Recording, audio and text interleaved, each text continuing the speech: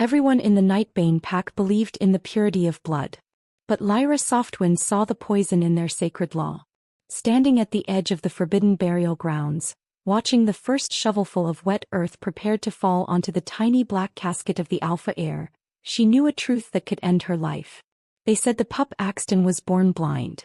They said his defect made him unworthy of the Nightbane name, that the moon goddess herself had rejected him. But as the rain hammered down and the ancient chants rose from hundreds of throats, Lyra didn't sense death in that small coffin.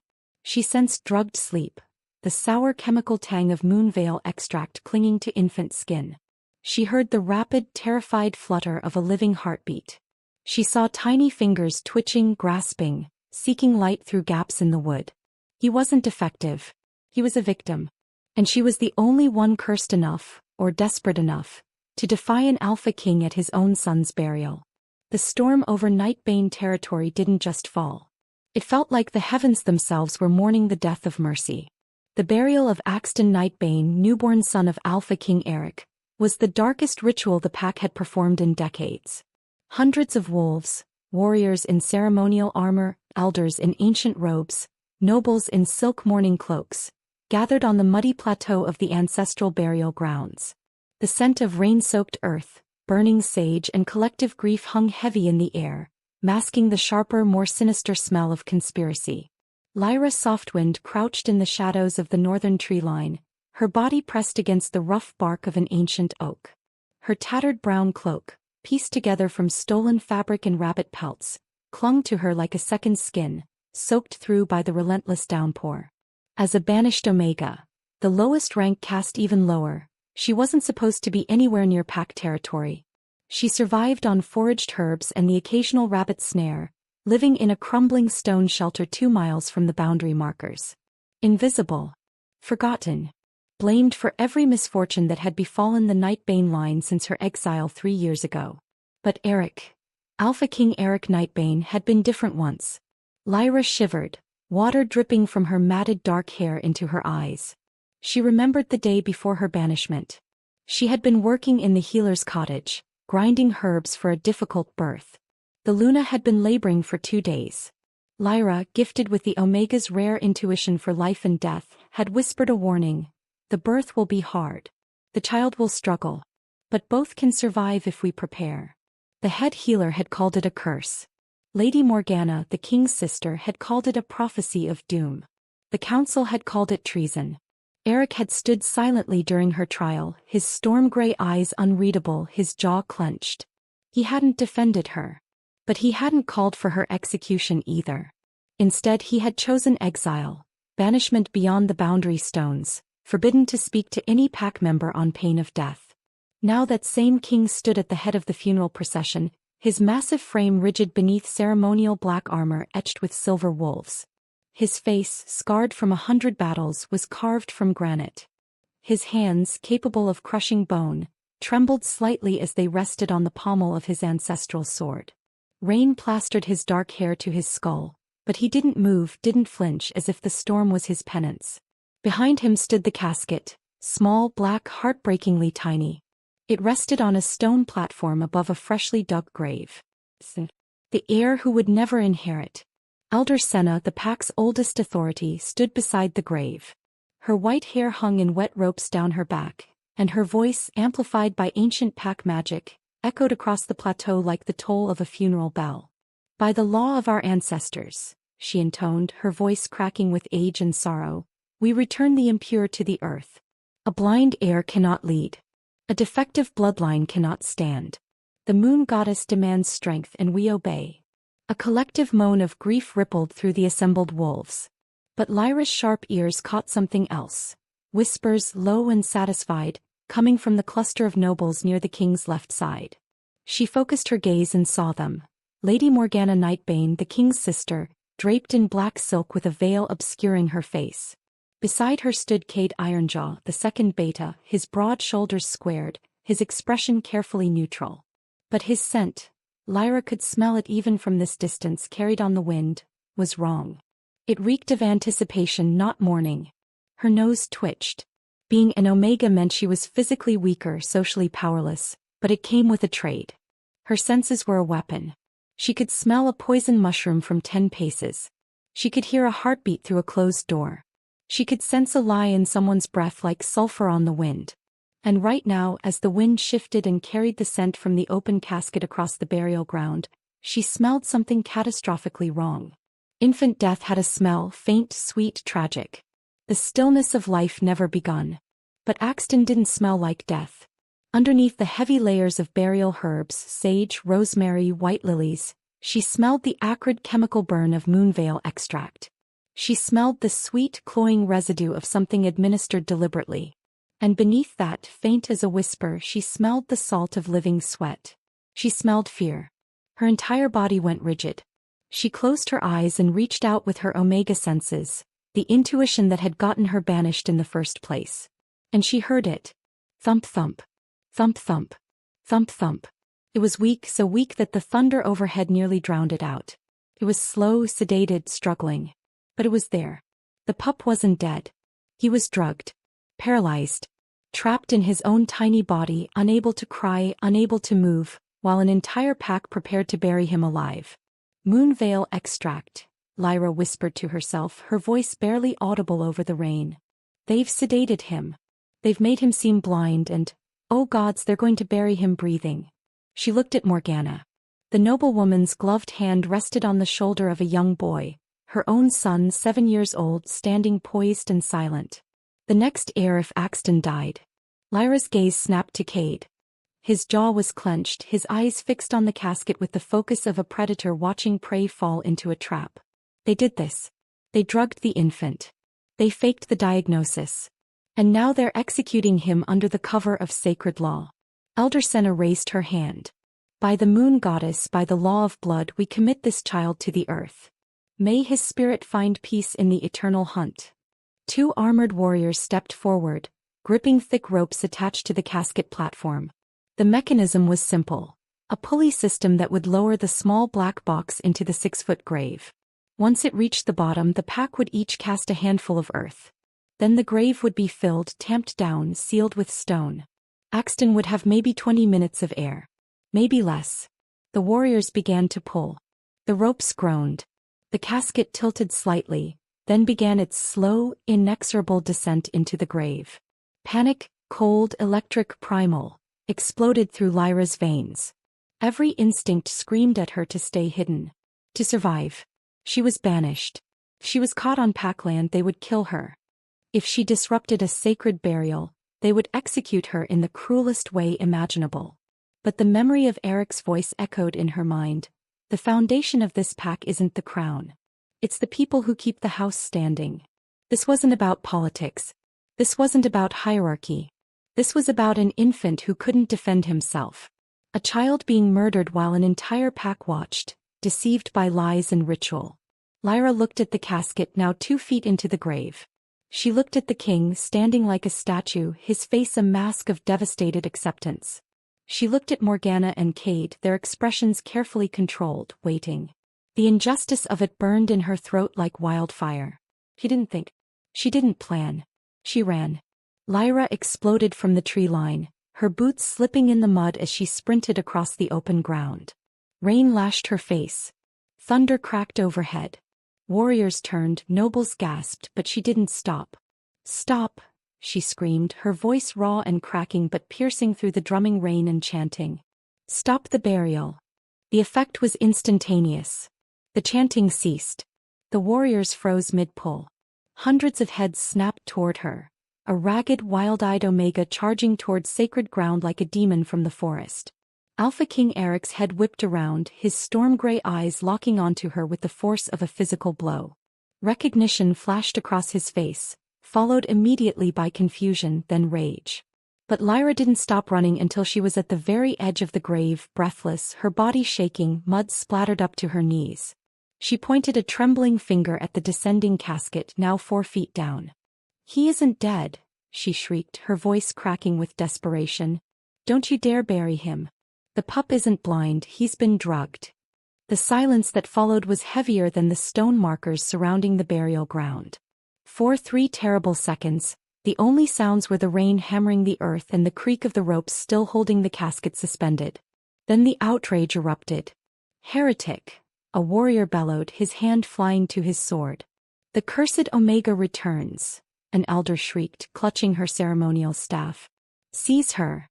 Morgana's voice cut through the chaos like a blade, cold and commanding. She defiles sacred ground. She mocks the moon goddess herself. Cade's face twisted into a mask of righteous fury. Guards! Restrain the exile. She will burn for this blasphemy. 4 massive warriors, their armor clanking, lunged toward Lyra from different directions. She stumbled back, her heel catching on the muddy edge of the grave. She nearly fell in, her arms windmilling, but she caught herself and stood her ground. Listen to me, she screamed, her voice breaking. I can hear his heartbeat. He's alive. He smells like moonveil extract. Someone drugged him to fake blindness. If you bury him now, you're murdering an innocent child. The warriors hesitated for a fraction of a second, not from belief but from the sheer insanity of her claim. One of them reached for her arm. And then a voice like rolling thunder stopped them all. Hold! Alpha King Eric Nightbane stepped forward, his sword still sheathed but his presence alone causing every wolf to freeze mid-motion. His eyes, burning with rage, confusion and something else Lyra couldn't name, fixed on her with the intensity of a predator evaluating prey. You, he growled, his voice low and dangerous.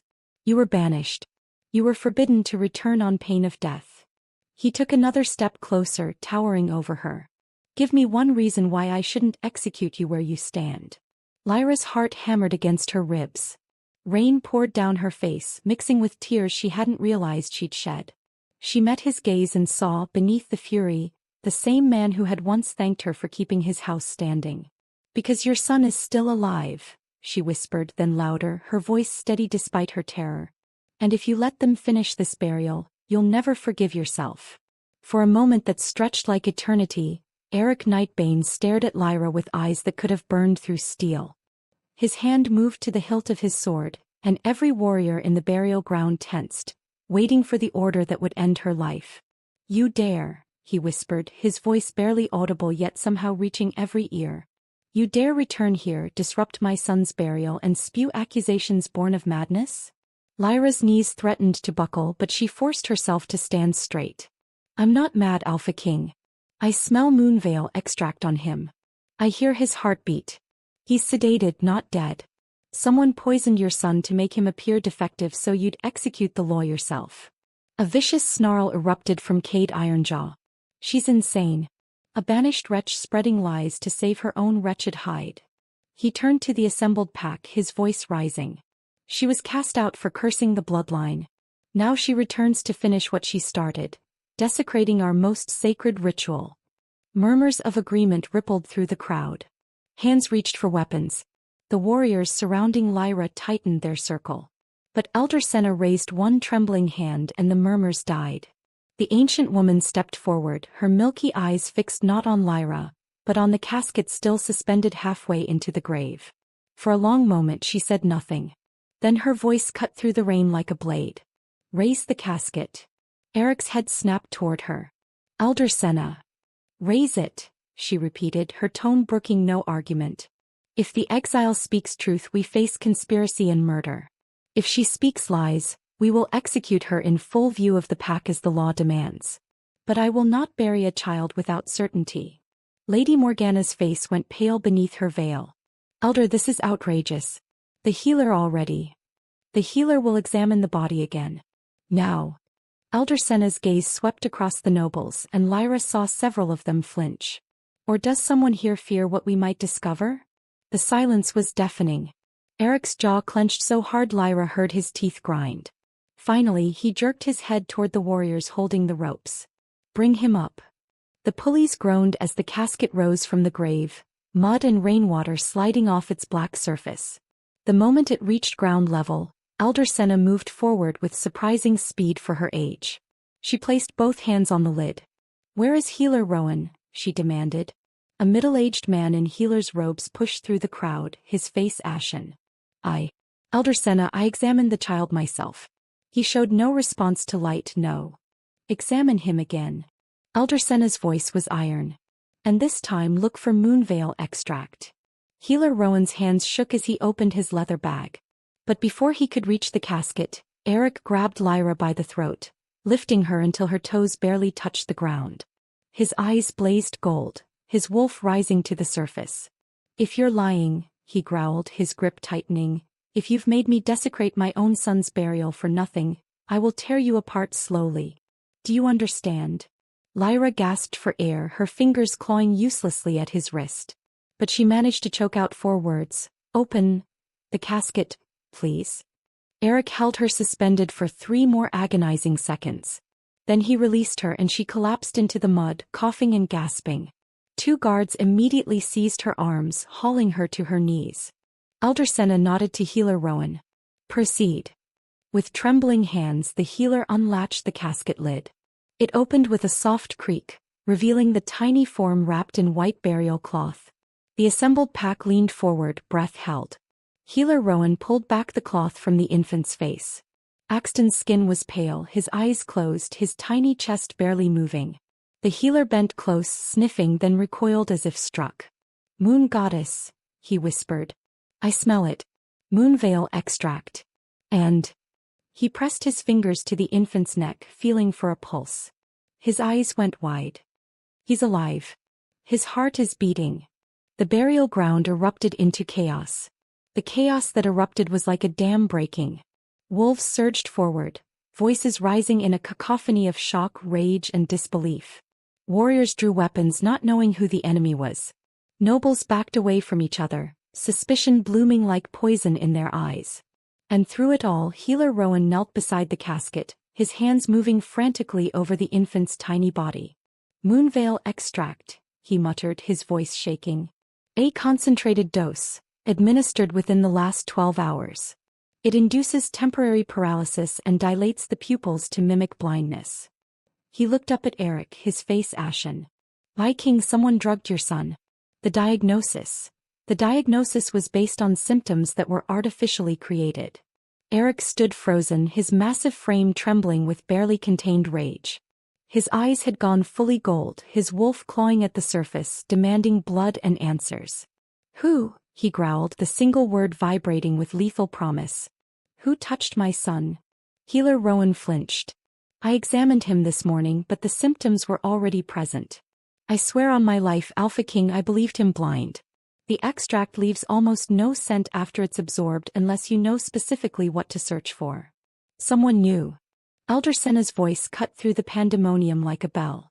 "Someone with access to rare poisons and knowledge of how to fool a healer." Her ancient eyes swept across the assembled nobles, lingering on Morgana and Cade. "Someone who benefits from the heir's death." Morgana stepped forward, her voice sharp with indignation. "Are you accusing me, Elder? I am the king's sister. I loved that child." "Then you should rejoice he lives," Elder Senna replied evenly. "Unless you have reason to prefer him dead." Before Morgana could respond, a thin, mewling cry pierced the air. Every head turned toward the casket. Axton's tiny fists were moving, clenching and unclenching. His head turned slightly, following the motion of healer Rowan's hand. "The drug is wearing off," the healer breathed, wonder and horror mingling in his voice. "His eyes. Look at his eyes." Eric moved with speed that defied his size, dropping to his knees beside the casket. He stared down at his son, and Lyra saw the exact moment the king's carefully constructed control shattered. Axton's eyes, still unfocused but clearly tracking the light from the storm-gray sky above, blinked slowly. The infant turned his head toward his father's voice as Eric whispered something too low for anyone else to hear. The Alpha King's shoulders shook. Then he threw his head back and released a howl that shook the very ground beneath them, a sound of pure primal rage mixed with relief so intense it was almost agony. When he finally lowered his head, his eyes found Lyra. She was still on her knees in the mud, held fast by 2 guards. For a terrifying moment she couldn't read his expression. Then he spoke, his voice raw. "Take her to the dungeons. Triple guard. No one touches her, no one speaks to her until I give the order." He looked at Elder Senna. "She saved my son's life. But she's still banished. And someone in this pack tried to murder my heir using our own law as a weapon." His gaze swept across every face present. "Until I know who, everyone is suspect. Including her." The guards hauled Lyra to her feet.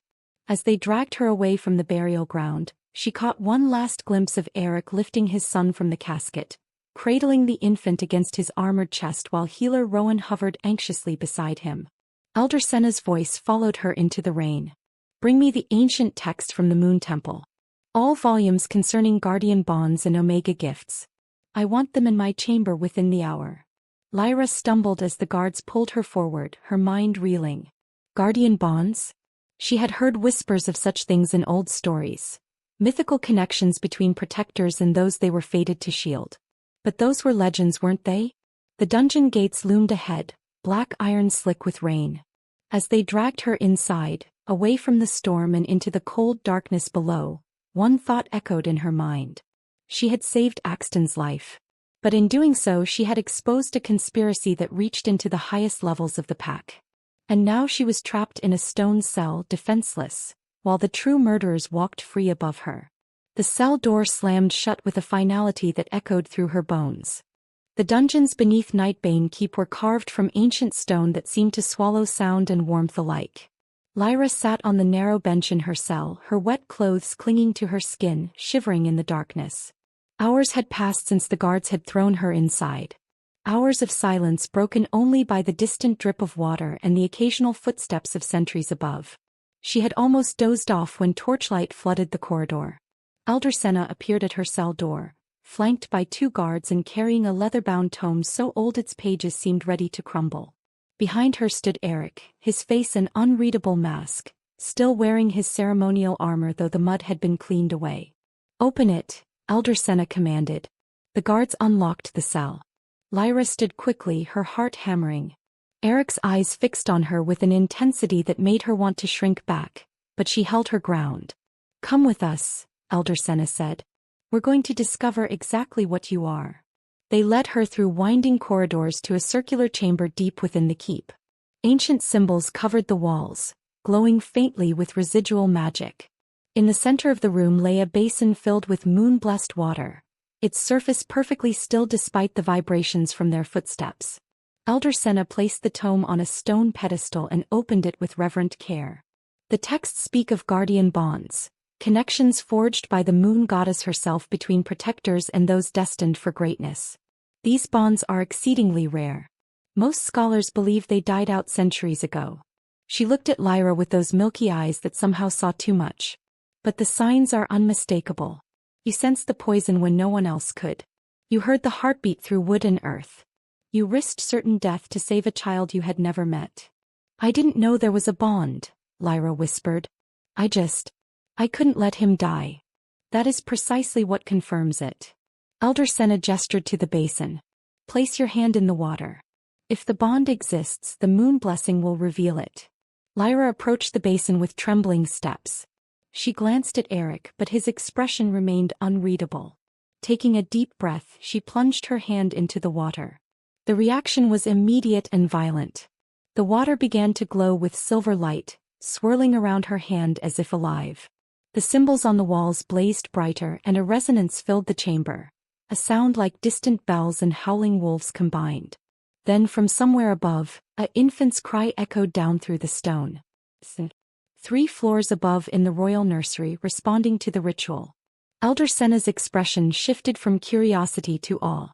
"Moon goddess preserve us. It's true. She is his guardian."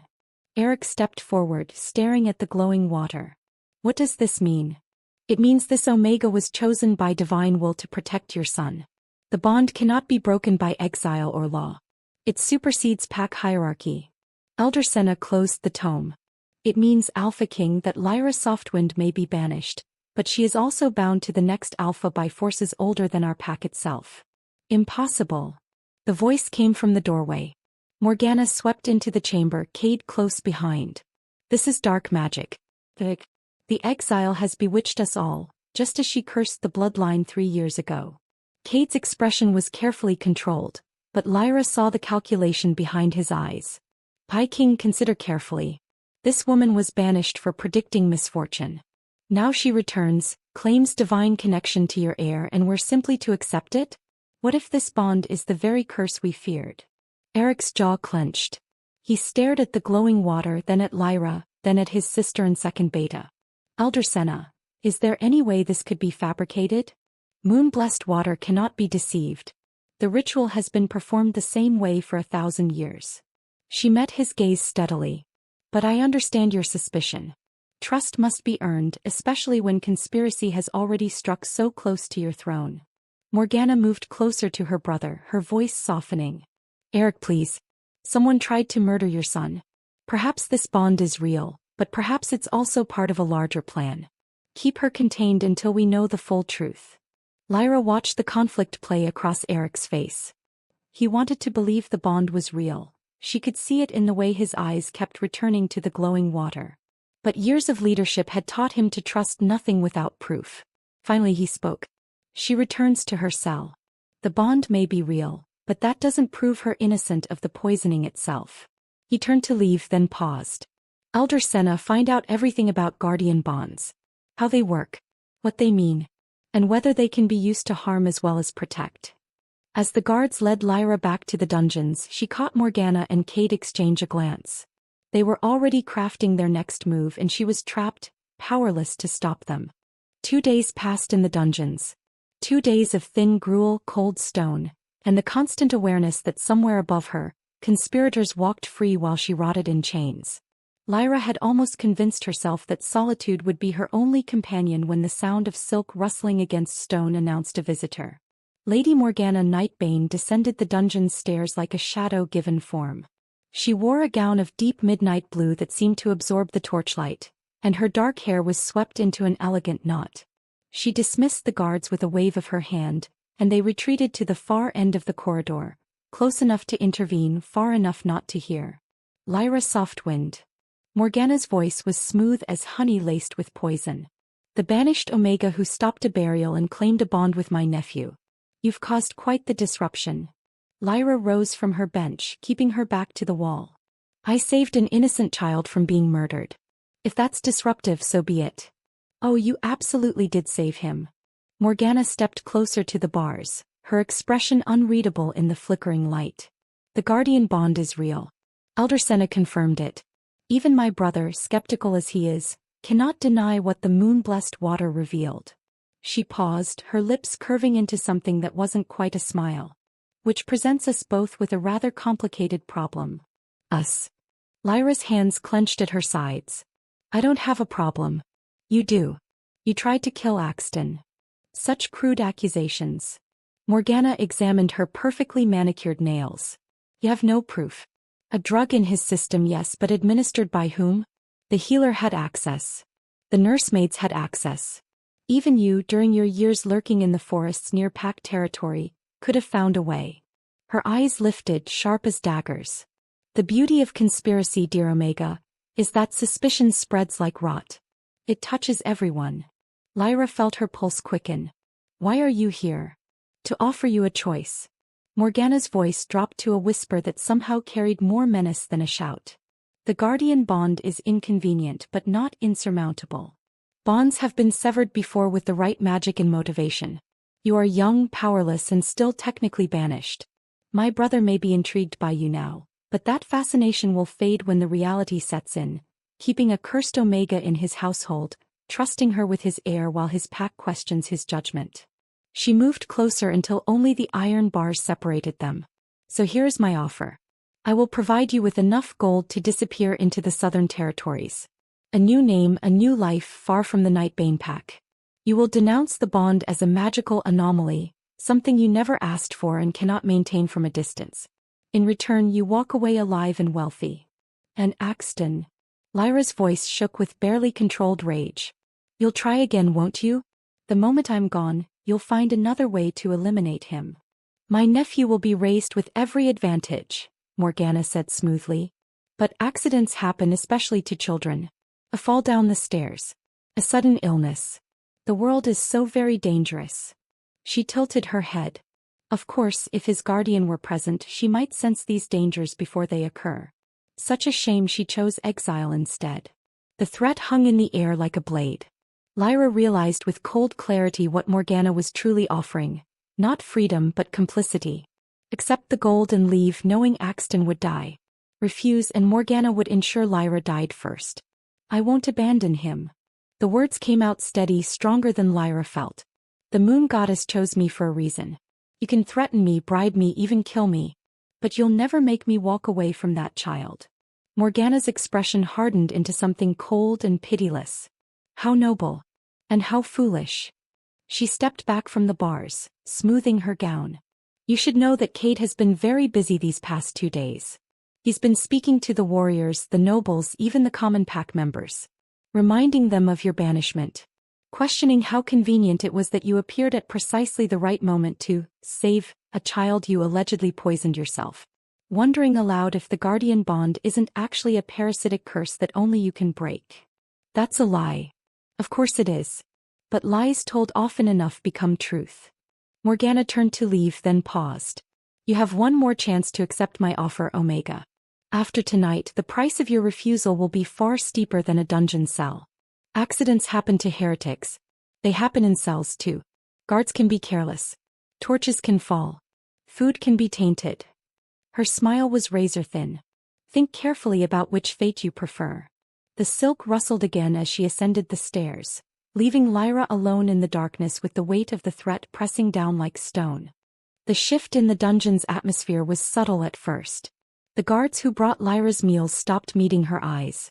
Their movements became rougher, more contemptuous. When she asked for water, they took their time responding. When she requested to speak with Elder Senna, they laughed. The witch wants an audience, one guard sneered to his companion. Maybe she wants to curse someone else's bloodline. Lyra's stomach twisted. Something had changed above ground, and the poison was seeping down into her cell like groundwater through cracked stone. On the 3rd day after Morgana's visit, she got her answer. A group of guards arrived with Elder Senna, but the ancient woman's expression was troubled. Behind her stood Eric, his face carved from granite, and Cade, whose eyes glittered with barely concealed triumph. The Pack Council has demanded a hearing, Elder Senna said without preamble. You will answer questions about your connection to the poisoning. They brought her to the great hall in chains. The moment she entered, Lyra understood how thoroughly Cade had worked. Hundreds of pack members packed the space, and their faces radiated hostility. Someone spat at her feet. A woman clutched her child closer as Lyra passed, as if exile and conspiracy were contagious. Eric sat on the Alpha's throne, his expression unreadable. Elder Senna took her place at his right hand. Cade stood before the assembled pack, every inch the loyal second beta defending his people from a threat. Members of the Nightbane pack, Cade began, his voice carrying effortlessly through the hall. We gather to discuss a matter of grave importance. 3 years ago, Lyra Softwind was banished for cursing our Alpha bloodline. She predicted doom and misfortune, and her prophecies were followed by complications that nearly killed our Luna during childbirth. Murmurs of agreement rippled through the crowd. Lyra saw heads nodding, memories being reshaped by Cade's words. Now, Cade continued, this same Omega returns at the precise moment of the heir's burial. She claims to have detected poison that our own healer missed. She claims a mystical bond that conveniently elevates her from exile to guardian. He turned to face Lyra directly, his expression one of sorrowful duty. But consider this, who had the motive to poison the heir? Who had been banished and might seek revenge? Who had 3 years of exile to study rare poisons and plan her return? That's not, Lyra started, but a guard yanked her chains, silencing her. She lived in the forests bordering our territory, Cade pressed on. Close enough to observe our movements. Close enough to slip into the keep during shift changes. The nursery windows face the eastern woods, her domain. And Moonveil extract? Grows wild in those same forests. She had means, motive, and opportunity. But the bond, someone in the crowd called out. The moon-blessed water confirmed it. Cade nodded gravely. Indeed. But Elder Senna's own texts speak of bonds created through dark magic as well as divine will. What if this bond isn't protection but possession? What if Lyra Softwind poisoned the child to create a crisis only she could solve, then used forbidden magic to forge a false bond that would force us to accept her back into the pack? The hall erupted. Accusations flew like arrows. Witch. Murderess. She should burn. Lyra's voice was drowned in the chaos.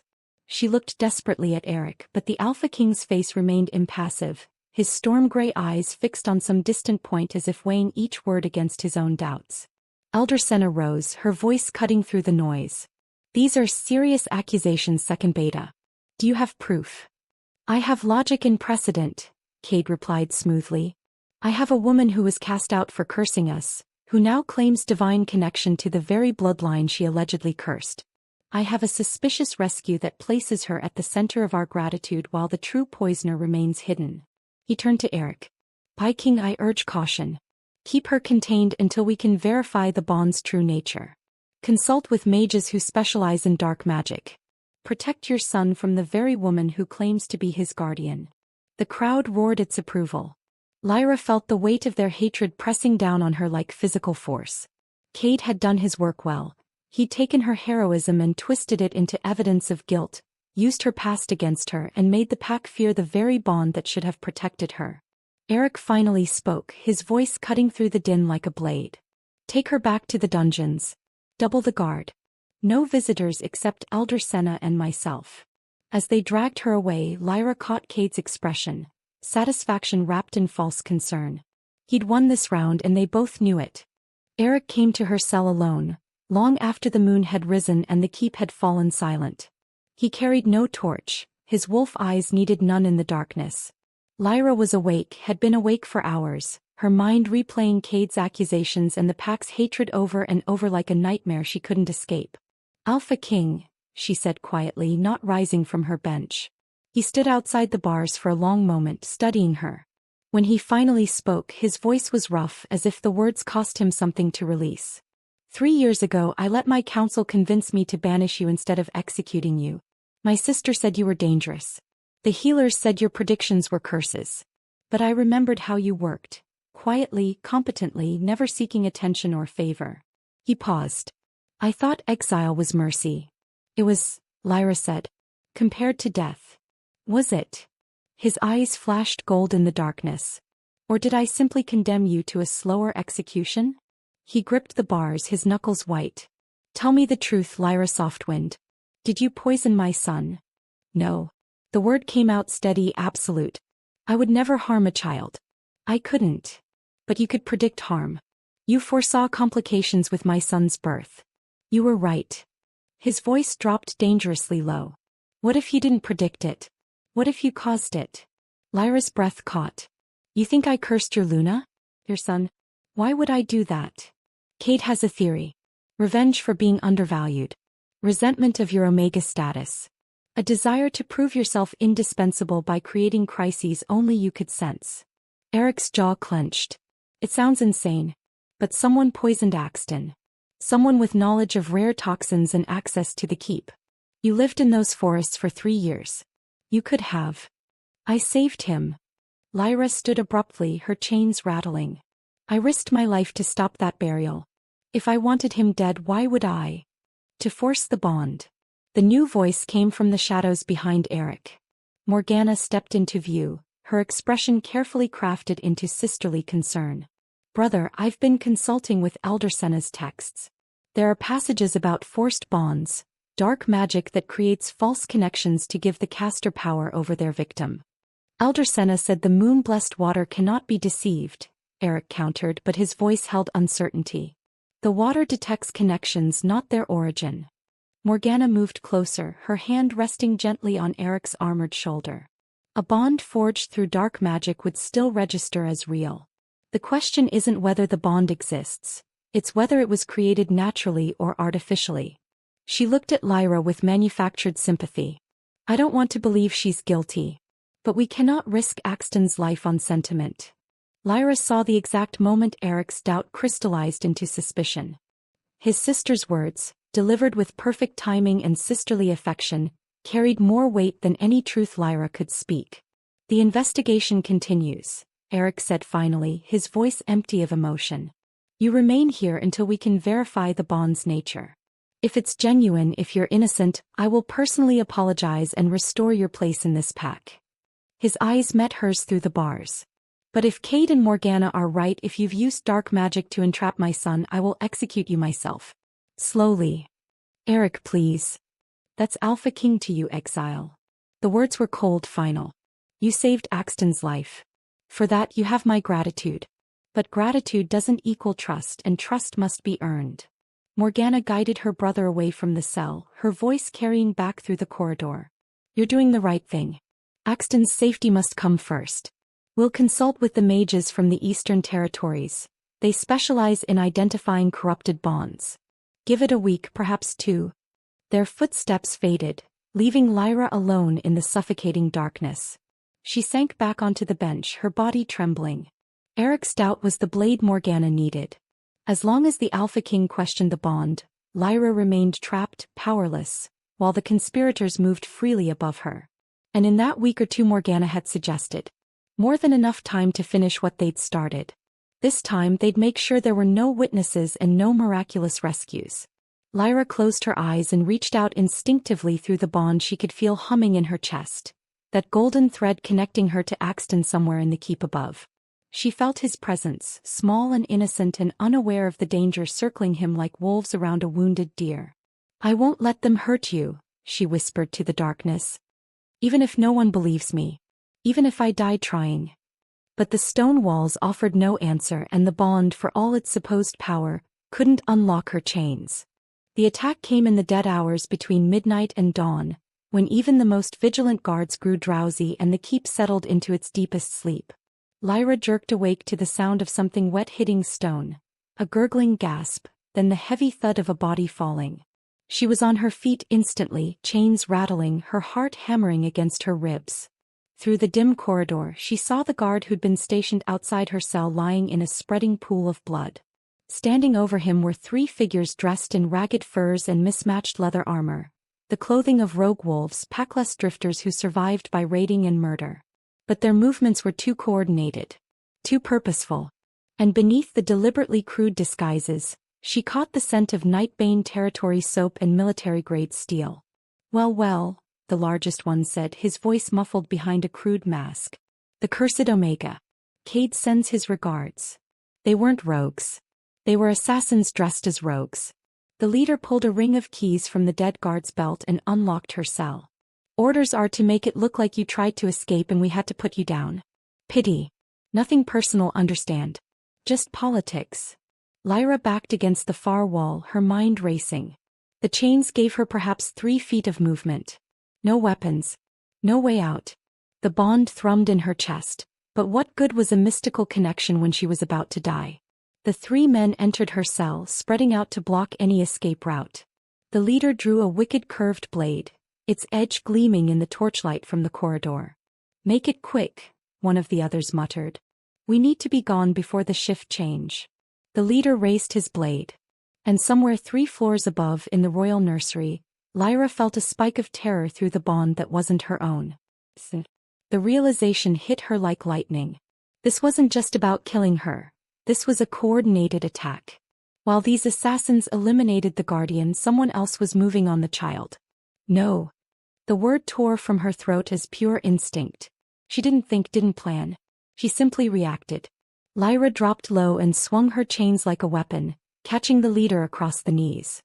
He stumbled, cursing, and she grabbed the fallen blade from his hand. The chains limited her reach, but desperation made her fast.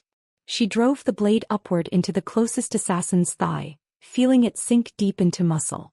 He screamed and fell back. The 3rd assassin lunged at her, but she twisted, using the chains to deflect his strike. The leader recovered and backhanded her across the face, sending her sprawling. Blood filled her mouth.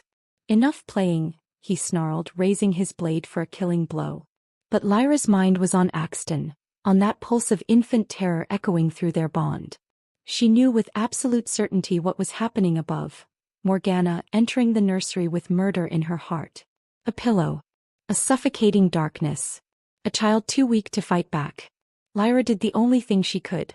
She threw her head back and released a howl, not with her voice but with the bond itself. A psychic scream of warning and terror and desperate love for a child she'd barely met but was bound to protect. She poured everything into it. The truth about Morgana, the danger, the betrayal. The sound that emerged from her throat was something beyond human or wolf. It was the cry of a guardian denied, a protector caged while her charge faced death. The very stones of the dungeon seemed to vibrate with it. The assassins recoiled, clutching their heads. The leader's blade wavered.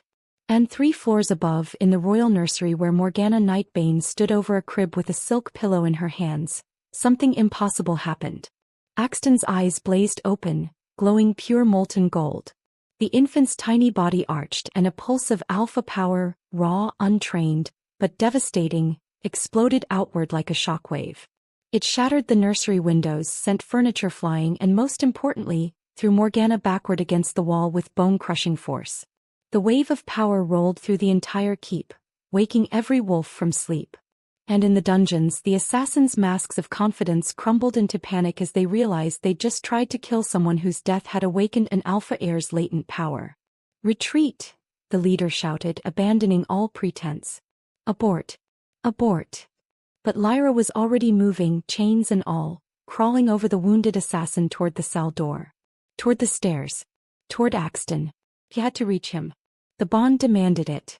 And nothing, not chains, not assassins, not even death itself, would stop her now. Lyra didn't make it 10 feet before the leader caught her ankle and dragged her back. She hit the stone floor hard, the impact driving the air from her lungs. The assassin flipped her over, his blade descending toward her throat. She blocked with her chained wrists, the metal catching the blade's edge, sparks flying. "Should have taken the gold when you had the chance," he hissed. Above them, the keep erupted in chaos. Axton's power surge had awakened every wolf within a mile. Footsteps thundered through corridors. Voices shouted. But the nursery was 3 floors up and on the opposite wing. Too far, too late. Through the bond, Lyra felt Morgana rising from where the power blast had thrown her. Felt the noblewoman's rage and determination.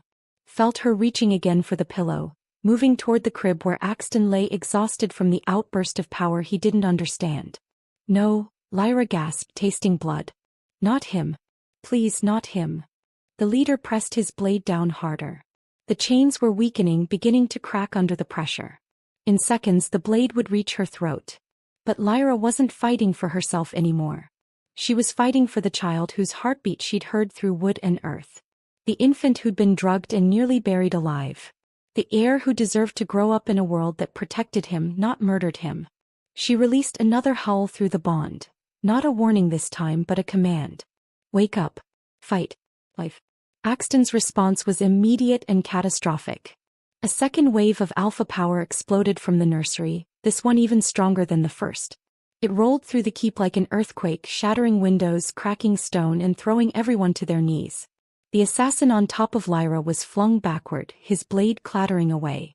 And in that golden surge of power, Lyra felt someone else respond. Felt a presence so massive, so primal, it made her wolf instincts scream. Eric. The Alpha King had been in his chambers when the first wave hit. The second wave reached him like a physical blow, and with it came understanding, his son's power awakened in terror. His son's guardian screaming through the bond. His son's murderer caught in the act. Eric Nightbane transformed mid-stride. His massive alpha form, larger than any normal wolf, eyes blazing pure gold, fangs like daggers, crashed through the nursery door with enough force to tear it from its hinges. The scene before him was damning in its clarity. Morgana, his sister, standing over Axton's crib with a silk pillow clutched in her hands. The infant crying, his tiny fists glowing with residual power. The shattered windows. The overturned furniture. Morgana. Eric's voice in wolf form was barely recognizable, a rumbling growl that vibrated through the floor. "What have you done?" Morgana's face went white. She dropped the pillow as if it had burned her. "Brother, I heard the disturbance. I came to check." With a pillow. Eric stalked forward, every muscle coiled with lethal intent. "You came to check on my son with a pillow, and you're standing over his crib while he screams. It's not the Omega, she's the one." But Eric's enhanced senses could smell the truth now. Could smell the moonveil extract still clinging faintly to Morgana's gloves from when she'd administered it days ago. Could smell Cade's scent on her clothes from recent secretive meetings. Could smell the acrid tang of murderous intent that his grief and doubt had blinded him to before. "You poisoned him." The words came out as a snarl. "You drugged my son, declared him defective, and nearly had him buried alive." Morgana backed toward the shattered window, her composure finally cracking. "He wasn't supposed to survive." The law was supposed to. Cade said it would work, that you'd never question. She never finished the sentence. Eric surged forward with speed that defied his massive form, his jaws closing around her shoulder and slamming her to the ground. She screamed, and the sound brought guards flooding into the nursery. "Seize her," Eric commanded, shifting back to human form. "And find Cade Ironjaw. Now." In the dungeons, Lyra finally broke free from the assassin's hold. The leader and his remaining companion were fleeing up the stairs, abandoning their mission in the face of the Alpha's awakened fury. She crawled toward the corridor, every movement agony, her body broken but her mind clear. She had to reach Axton. Had to see with her own eyes that he was safe. Guards appeared at the top of the dungeon stairs, led by Elder Senna. The ancient woman took one look at Lyra's bleeding form and the dead guard, and her expression hardened. "Get her to the nursery," Elder Senna commanded. "The Alpha King demands his son's guardian be brought before him. Now." They carried Lyra to the nursery on a stretcher, her body wrapped in bandages, blood seeping through the cloth. She insisted on walking the final steps, leaning heavily on Elder Senna, refusing to meet her charge while lying helpless. When she entered the nursery, every eye turned to her. Warriors, nobles, healers, all crowded into the space that still reeked of shattered glass and desperate violence. Eric stood beside Axton's crib, the infant cradled against his chest. Morgana knelt on the floor in chains, her elegant gown torn and bloodied, her face a mask of rage and defeat. Guards surrounded her, weapons drawn.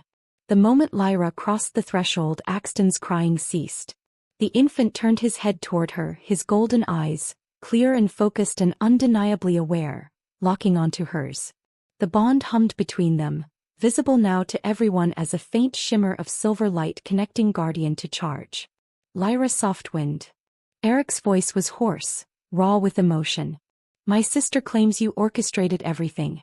That the evidence against her is fabricated. That you're the true conspirator." Lyra reached into the pouch at her waist, the one item the guards had allowed her to keep during her imprisonment.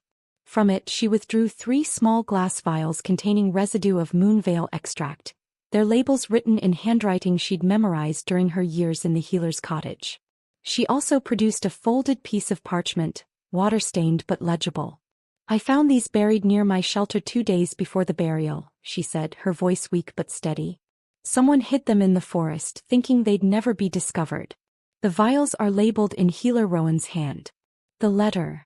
She unfolded it carefully. "The letter is correspondence between Lady Morgana and the healer, discussing dosages and timing." Elder Senna took the evidence with reverent care, examining each piece. Her expression darkened as she read the letter aloud. It was damning. Explicit instructions on administering moonveil extract, discussions of timing the burial, and promises of gold and position once Morgana's son became heir. "I kept them hidden," Lyra continued, "because I knew no one would believe an exiled Omega without proof. I was going to present them to Elder Senna after I stopped the burial, but—" She swayed and Eric moved instinctively to steady her, Axton still cradled in one arm. "I never got the chance." "Lies!" Morgana shrieked. "She planted those. She forged the letter. The handwriting is yours, sister." Eric's voice was ice. "I've seen your correspondence 1,000 times. And the healer has already confessed under oath. He confirmed you approached him 3 months ago, offering him a seat on the council if he helped you eliminate my son." The fight drained from Morgana's face. She slumped in her chains and for a moment she looked almost pitiable. Then her eyes hardened. "He was weak. A blind heir would have destroyed us. I did what was necessary." "He was never blind." Eric's roar shook the room. "You drugged an infant. You manipulated me into nearly executing my own son under sacred law. You tried to murder him twice, once with poison, once with your own hands." He turned to the guards. "Where is Cade?" "Captured at the eastern border, my king," a warrior reported. "He was fleeing with packed supplies and stolen gold. He's being brought back now." Eric nodded, then looked at Lyra. His storm-gray eyes held something she'd never seen before: respect, gratitude, and crushing guilt. "You saved him. Twice. While I doubted you, imprisoned you, let my pack turn against you. While my own sister tried to have you killed." His voice broke slightly. How can I possibly exile them? Lyra interrupted softly. Not execution. Exile. The room erupted in protest. Warriors demanded blood. Nobles called for public execution. Even Elder Senna looked surprised. But Lyra raised her hand, silencing them. If you execute them, you become what they feared. A pack ruled by violence and rigid law. Exile them beyond the territories. Let them live with what they've done. Let mercy be your strength, not weakness. Eric stared at her for a long moment. Then, to the shock of everyone present, the Alpha King lowered himself to one knee before her, still cradling his son. Lyra Softwind, you have proven yourself worthy beyond measure. Not just as Axton's guardian, but as someone this pack desperately needs. He bowed his head. I name you Axton's sworn protector, granted full authority over his care and training. I restore your place in this pack with honor. And I ask your forgiveness for my blindness. Lyra's eyes filled with tears. She placed her hand on Axton's tiny head, feeling the bond pulse with warmth and recognition. There's nothing to forgive, Alpha King. You protected your son the only way you knew how. Now we protect him together. 1 year later, the Nightbane pack gathered in the Great Hall for the Spring Festival. Lyra stood beside Eric's throne, no longer in tattered exile garb but in the deep green robes of the king's chief advisor. Axton, now a healthy toddler with perfect vision and emerging alpha strength, played at her feet with wooden toys, occasionally looking up to beam at his guardian. The cruel law demanding defective heirs be executed had been abolished. Omega rights had been codified into pack law. The caste system that had once condemned Lyra to invisibility had been reformed, though not without resistance. But as Lyra watched the pack celebrate, saw Omegas dancing beside Alphas, saw former exiles welcomed back, saw the hope in young faces that had once known only rigid hierarchy, she knew the struggle had been worth it. Axton tugged on her robe, babbling something in his developing speech. She bent down and the toddler wrapped his small arms around her neck. Guardma, he said clearly, his first attempt at guardian. Lyra held him close, feeling the bond hum with contentment. She had been banished, accused, nearly murdered. But she had also been chosen, by forces older than any pack law, by a child who needed her, by a destiny she'd never imagined. True strength, she had learned, wasn't in domination or blood purity. It was in protecting those who couldn't protect themselves. Even when the cost was everything. Especially then.